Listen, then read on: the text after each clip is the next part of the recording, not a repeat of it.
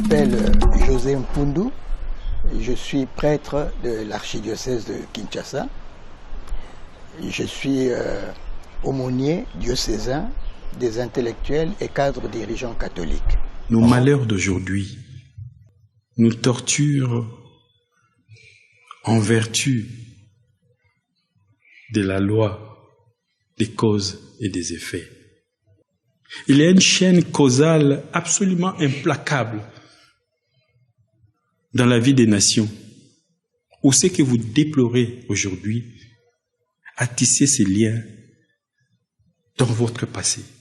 Je lance un appel à l'intelligentsia congolaise de marquer un stop collectif,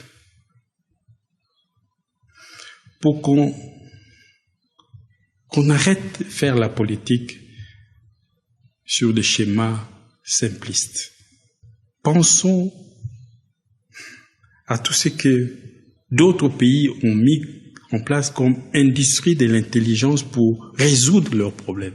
J'ai suivi avec intérêt la vidéo qui a circulé dans les réseaux sociaux, faite par mon frère et mon ami, le sénateur Didier Moumengi. Et en suivant cette vidéo, j'ai été frappé par un mot qui a retenu mon attention. Dès le début de son propos, il a dit « Nous devons faire un stop dans notre pays ». Ça signifie « Nous devons nous arrêter ». À un moment donné, lorsque on a roulé avec un véhicule, n'est-ce pas, et on a fait autant de kilomètres, eh bien, qu'est-ce qu'on fait? On s'arrête. On s'arrête, on fait stop. Et quand on s'arrête, c'est pour éventuellement faire l'entretien du véhicule. Ou lorsque cela l'exige, eh bien, on fait une révision du moteur, n'est-ce pas? Et parfois même, on est obligé de changer carrément le moteur, n'est-ce pas? Et donc, le mot qu'il a utilisé là m'a frappé. Et je suis totalement d'accord et en phase avec mon ami Didier Moumengi pour dire que aujourd'hui, dans notre pays, RDC, nous devons nous arrêter.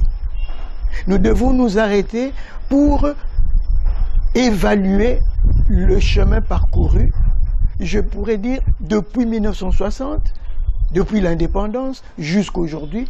Eh bien, je crois que cet exercice est très très important.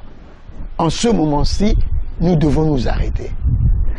Il y en a qui me disent, oui, mais ce que tu racontes là, mais on a déjà eu les dialogues, on a eu la conférence nationale, on a eu le dialogue de Sun City, on a eu le dialogue de la Cité de l'Union africaine, on a eu le dialogue de la Senco, on a eu des tas de dialogues, mais c'est peut-être pas pour ça. Et pourquoi est-ce que ça n'a pas donné? Tous ces dialogues qui se sont suivis, se sont succédés les uns aux autres, eh bien, ont eu un dénominateur commun, c'est le partage du gâteau, le partage du pouvoir.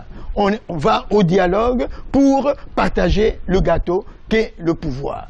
Et donc, la vision du pays, le rêve, disons, la responsabilité de chacun et la responsabilité de nous tous n'a pas été établie. Alors, on y est allé en accusant, en s'entrecusant, n'est-ce pas? Les uns accusent les autres accusent les uns, et finalité, on se dit, bon, partageons le gâteau pour que chacun se retrouve, parce que chacun veut aller à la mangeoire. Voilà le grand drame de notre pays. Nous devons nous asseoir et réfléchir, se mettre sous l'arbre à palabres comme nos ancêtres le faisaient, et nous poser 3 questions de fond, 3 questions fondamentales. La première question que nous devrions nous poser, c'est la question qui relève de la responsabilité tant individuelle, personnelle que collective. Et cette question, c'est qu'ai-je fait du Congo? Qu'ai-je fait de cette terre que nos ancêtres nous ont léguée? Et conséquemment, nous poserons aussi la question, qu'avons-nous fait? Parce que la responsabilité, elle est individuelle, personnelle, mais elle est aussi collective. Et cette première question qui nous pousse à faire un examen de conscience, nous pousse à faire une sorte d'auto-évaluation et d'évaluation collective. Cette première question, qui a une double dimension, la dimension personnelle et la dimension collective, va nous amener à situer la responsabilité du Congolais dans ce qui arrive au Congo. La tentation à laquelle nous succombons souvent, c'est de chercher un bouc émissaire, de rejeter la responsabilité à l'autre. Et lorsque le plus petit pays de la sous-région attaque de manière récurrente les plus grands pays de la sous-région, il est peut-être bon qu'on jette un regard sur nous-mêmes. Quelles sont les faiblesses internes qui donnent à ses voisins le désir de nous envahir? Ce sont les autres qui sont les responsables de nos malheurs. Cette manière de fonctionner qui nous caractérise, nous devons y mettre fin. Et à un moment donné, s'arrêter et se poser la question de savoir qu'ai-je fait, moi, X, Y, Z, qu'ai-je fait, moi, pour que le Congo en arrive là où il en est aujourd'hui. Que n'ai-je pas fait? Parce que dans cette question, il y a ce que nous avons fait, mais il y a aussi ce que nous avons omis de faire, ce que nous n'avons pas fait et que nous devrions faire. Et nous ne l'avons pas fait, n'est-ce pas? Eh bien, cette question, la première question, à mon avis, elle est une question fondamentale.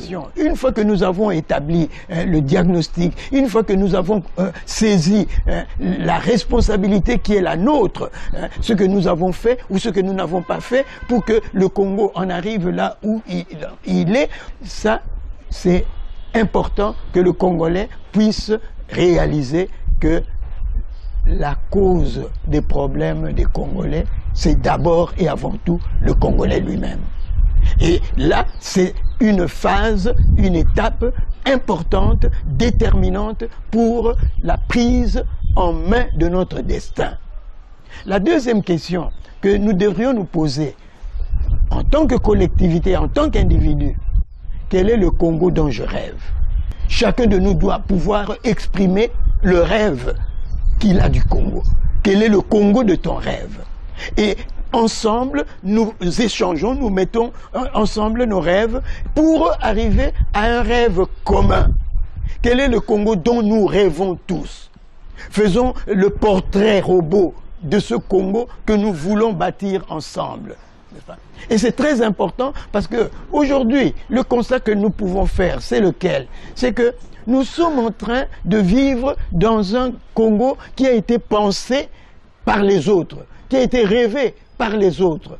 Vous savez, nous sommes devenus indépendants le 30 juin 1960 sans désir d'émancipation par les savoirs et sans volonté de renouveler notre humanité qui avait traversé quand même 5 siècles de chosification par la traite négrière et quasiment 100 ans de vassalisation coloniale.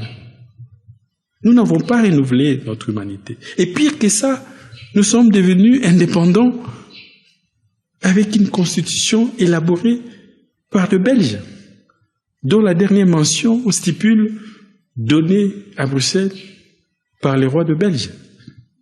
C'est la charte fondamentale, c'est ça.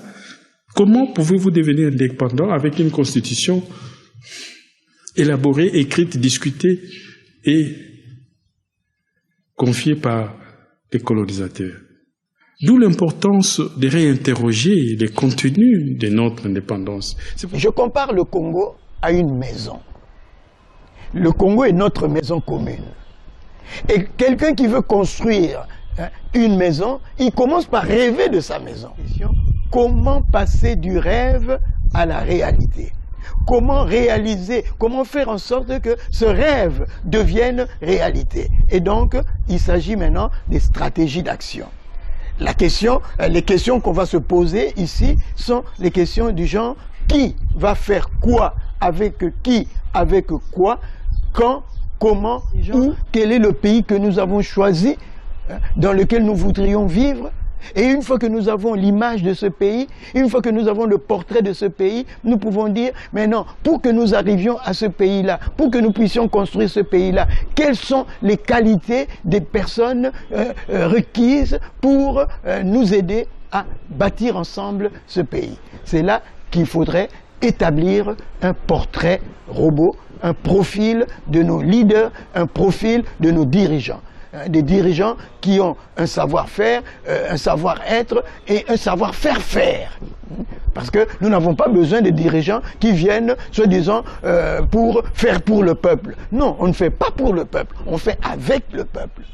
On fait avec le peuple. Ce qui est fait sans le peuple est détruit par le même peuple. On parle aujourd'hui élection, élection, élection. Mais élection, même en Occident, on est en train de remettre ça en cause. Il faut que nous inventions nous-mêmes notre démocratie. Cela suppose que nous devons quitter un mal qui ronge le Congo et les Congolais, c'est le mal de la méfiance. Le Congolais ne se fait pas confiance, ne fait pas confiance aux autres. Et ça se voit dans beaucoup de cas, dans l'histoire.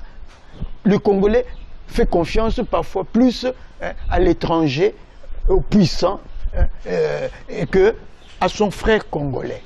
Il écoutera plus ce que l'Américain dit, ce que le Belge dit, ce que le Français dit, que ce que son frère congolais, son compatriote dit. N'est-ce pas? Eh bien, cette méfiance, nous devons l'éradiquer. Créer un climat de confiance entre nous.